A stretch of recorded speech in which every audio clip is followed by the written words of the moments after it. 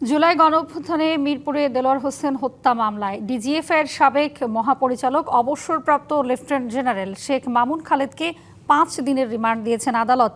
বৃহস্পতিবার ঢাকার metropolitan magistrate Siddique Azad এ আদেশ দেন। শুনানিতে রাষ্ট্রপক্ষ জানায় ১/11-র অন্যতম কুশীলব মামুন খালেদ, তার বিরুদ্ধে দায়িত্ব থেকে বিরোধী রাজনীতিবিদ ব্যবসায়ীদের তুলে নিয়ে আয়নাঘরে বন্দি করে নির্যাতনের অভিযোগও তোলে রাষ্ট্রপক্ষ।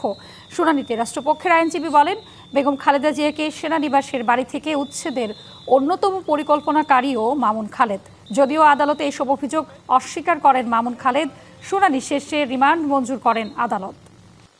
অনেক আর্মি অফিসার, মেজর ছিল, ব্রিগেডিয়ার ছিল, মেজর ছিল, তাদেরকে ফোর্সফুলি তাদেরকে আর্মি থেকে বের করে দেওয়া হয়েছিল।